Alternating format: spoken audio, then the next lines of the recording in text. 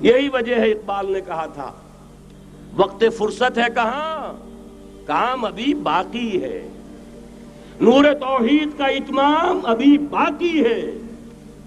لیکن ساتھ ہی خوشخبری بھی دی تھی، یہ چمن معمور ہوگا نغمہ توحید سے، آئے گا وہ دور، یہ چمن معمور ہوگا نغمہ توحید سے، لازماً آ کر رہے گا۔ لہذا اب اس کے درمیان جو یہ فصل ہے اس کو سوچئے۔ لیکن میں اس سے پہلے ذرا وہ حدیثیں کہ جن میں حضور کی سری پیشن گوئیاں آئی ہیں بڑی تیزی کے ساتھ آپ کو سنا دینا چاہتا ہوں، اور اس کی وجہ کیا ہے۔ یہ زمینی حالات جنہیں میں نے کہا تھا انہیں دیکھیں، ظاہر بات ہے کبوتر کی طرح آنکھیں بند کرنے کا تو فائدہ نہیں، حقیقت کو دیکھنا پڑے گا۔ حقیقت کو دیکھتے ہیں تو دل بیٹھ جاتا ہے، مایوسی کے اندھیارے چھا جاتے ہیں، امید کی کوئی کرن کہیں نظر نہیں آتی۔ کہاں نظر آئے؟ مولانا نے کتنا عمدہ نقشہ کھینچا ہے، کہاں ہے وہ اسلام؟ مسلمان تو ہیں، 1 ارب سے زیادہ ہیں، لیکن کوئی پوچھے 1 انچ زمین دکھاؤ جہاں اسلام تم نے نافذ کیا ہو، تو وہاں ہمارے ہاتھوں کے طوطے اڑ جائیں گے۔ نتیجہ یہ ہے کہ حالات تو زمینی جو ہے وہ ہے مایوس کن۔ اس میں ظاہر بات ہے کہ امید کا دامن تھامنے کے لیے ہمیں کوئی چیز چاہیے، اور وہ چیز ہے جو محمد عربی صلی اللہ علیہ وسلم اپنی خوشخبریوں کی شکل میں دے کر گئے۔ آپ نے اپنے دور سے لے کر قیامت تک 5 دور گنوا دیے۔ تکون النبوۃ فیکم ما شاء اللہ ان تکون ثم يرفع اللہ اذا شاء يرفعها ثم تکون خلافۃ علی منہاج النبوۃ ثم تکون ملکا عاضا ثم تکون ملکا جبریا ثم تکون خلافۃ علی منہاج النبوۃ۔ یہ طویل حدیث کا میں نے صرف خلاصہ سنایا ہے آپ کو۔ مسند احمد ابن حنبل کی روایت ہے، حضرت نعمان ابن بشیر راوی ہے رضی اللہ تعالی عنہ۔ پہلا دور دور نبوت، دوسرا دور دور خلافت علی منہاج النبوۃ، نبوت کے نقش قدم پر خلافت جسے ہم خلافت راشدہ کہتے ہیں۔ تیسرا دور مسلمانوں کی حکومتیں، لیکن وہ ملوکیت کا دور، ملکن عاضن، اور ان میں ظاہر بات ہے کہ عاضن بھی تھی، جہاں ان میں خوبیاں تھیں وہاں برائیاں بھی تھیں۔ وہی حجاج ابن یوسف جس نے ایک مسلمان لڑکی کے خط کے اوپر فوج بھیجی ہے، وہی حجاج ابن یوسف ہے کہ سینکڑوں تابعین کے سر اس نے قلم کرائے ہیں، وہی حجاج ابن یوسف۔ وہی خلیفہ کہ جس نے فوج کشی کی اجازت دی تھی سندھ پر، وہی خلیفہ ہے جس نے بلا کر محمد ابن قاسم کو شہید کیا ہے کہ یہ پاپولر ہوتا چلا جا رہا ہے، ملوکیت کے لیے تو اس سے بڑا خطرہ اور کوئی نہیں۔ اس لیے کہ سندھ کے ہندوؤں نے ان کے بت بنا لیے تھے۔ یہ نوجوان در جوانی توبہ کردن شیوائے پیغمبریس، یہ نوجوان اور اتنا نیک اور پارسا ان کے بت بنا کر مندروں میں رکھ دیے گئے۔ اندیشہ ہو گیا کہ یہ تو پاپولر ہو گیا تو ہمارے خلاف بغاوت کر دے گا، بلا کر شہید کر دیا گیا۔ بہرحال تیسرا دور تھا وہ ملکن عاضن، کچ کھنی ملوکیت۔ چوتھا دور تھا ملکن جبرین، غلامی کی ملوکیت۔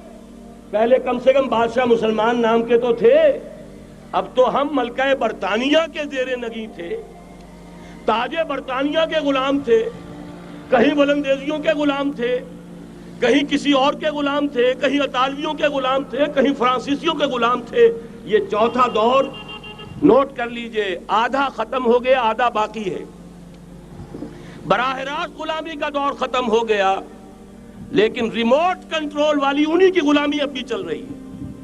فیصلہ وہی ہے جو مولانا نے کہا تسبیح یا امریکہ یا امریکہ یا امریکہ، وہی لوگ، وہی ذہن، وہی ان کی بود و باش، وہی ان کی معاشرت، وہی ان کی سوچ، وہی ان کے اقدار، وہی ان کے نظریات، وہی ان کی معاشیات، وہی ان کی معاشرت، ہر شے وہی ہے، صرف رنگ کا فرق ہے اور کچھ نہیں۔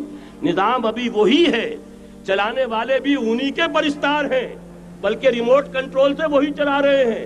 وہ تو آپ کے بجٹ کا بھی فیصلہ کرتے ہیں، آپ کی الیکٹریسٹی کے ریٹس بھی معین کرتے ہیں۔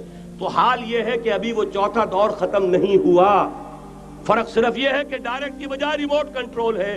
لیکن حضور کی خوشخبری یہ ہے ثم تکون خلافۃ علی منہاج النبوۃ، پھر ایک دور آئے گا خلافت علی منہاج النبوۃ کا۔ یہ محمد الرسول اللہ کی نوید ہے، وہو صادق المصدوق، وہ سچے ہیں، ان کی صداقت پر خود اللہ گواہ ہے۔ لہذا وہ دور آ کر رہے گا، اس میں کسی بھی بندہ مومن کے لیے کسی شک و شبے کی کوئی گنجائش نہیں۔ اگلی حدیث اگلی سنیے، اب جب یہ دور آئے گا تو عالمی ہوگا، نیو ورلڈ آرڈر نہیں ہوگا، جسٹ ورلڈ آرڈر ہوگا۔ یہ نیو ورلڈ آرڈر NWO، حقیقت میں نیو ورلڈ آرڈر ہے JWO، لیکن اسی کو بدلنا ہے جسٹ ورلڈ آرڈر آف اسلام، اور وہ گلوبل ہوگا۔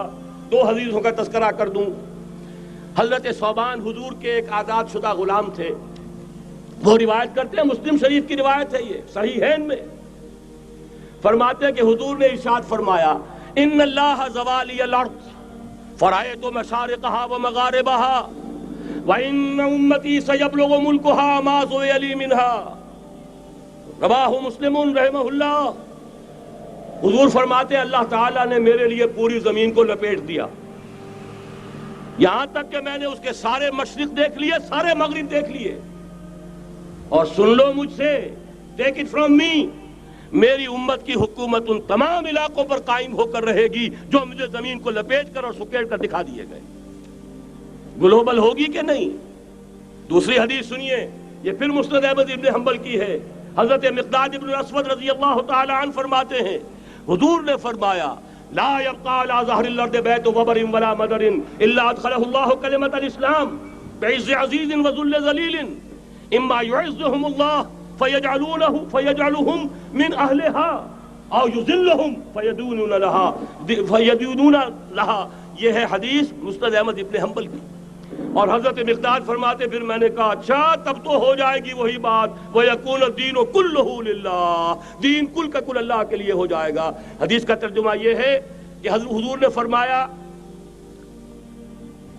روئے زمین پر نہ کوئی اینٹ گارے کا بنا ہوا گھر رہے گا، نہ کوئی اونٹ کے بالوں کے بنے ہوئے کمبلوں کا خیمہ رہے گا جس میں اللہ تعالیٰ کلمہ اسلام کو داخل نہ کر دے۔ لیکن یہ داخلہ دو طریقے سے ہوگا، بعز عزیز و ذل ذلیل، یا صاحب عزت کے اعزاز کے ساتھ، یا کسی مغلوب کی مغلوبیت کے ساتھ، یعنی یا تو اللہ تعالیٰ ان کا اعزاز فرمائے گا اور وہ کلمہ اسلام کے خود قائل ہو جائیں گے۔ جب گھر والا خیمے والا اسلام لے آئے گا تو اسلام اس کے گھر میں داخل ہوگا، اس کو بھی عزت نصیب ہوگی۔ وَلِلَّهِ الْعِزَّةُ وَلِرَسُولِهِ وَلِلْمُؤْمِنِينَ، عزت تو حق ہے اللہ کا، اس کے رسول کا اور اہل ایمان کا۔ اور اگر وہ اسلام قبول نہیں کرے گا تو یؤتُ الجزیۃ عن ید وہم صاغرون، چھوٹے ہو کر رہنا پڑے گا، جزیہ دینا ہوگا، اسلام کی بالادستی قبول کرنی ہوگی۔ بتائیے اس کے بعد بھی کوئی شک ہے؟ یہ ہے آسمانی نقشہ۔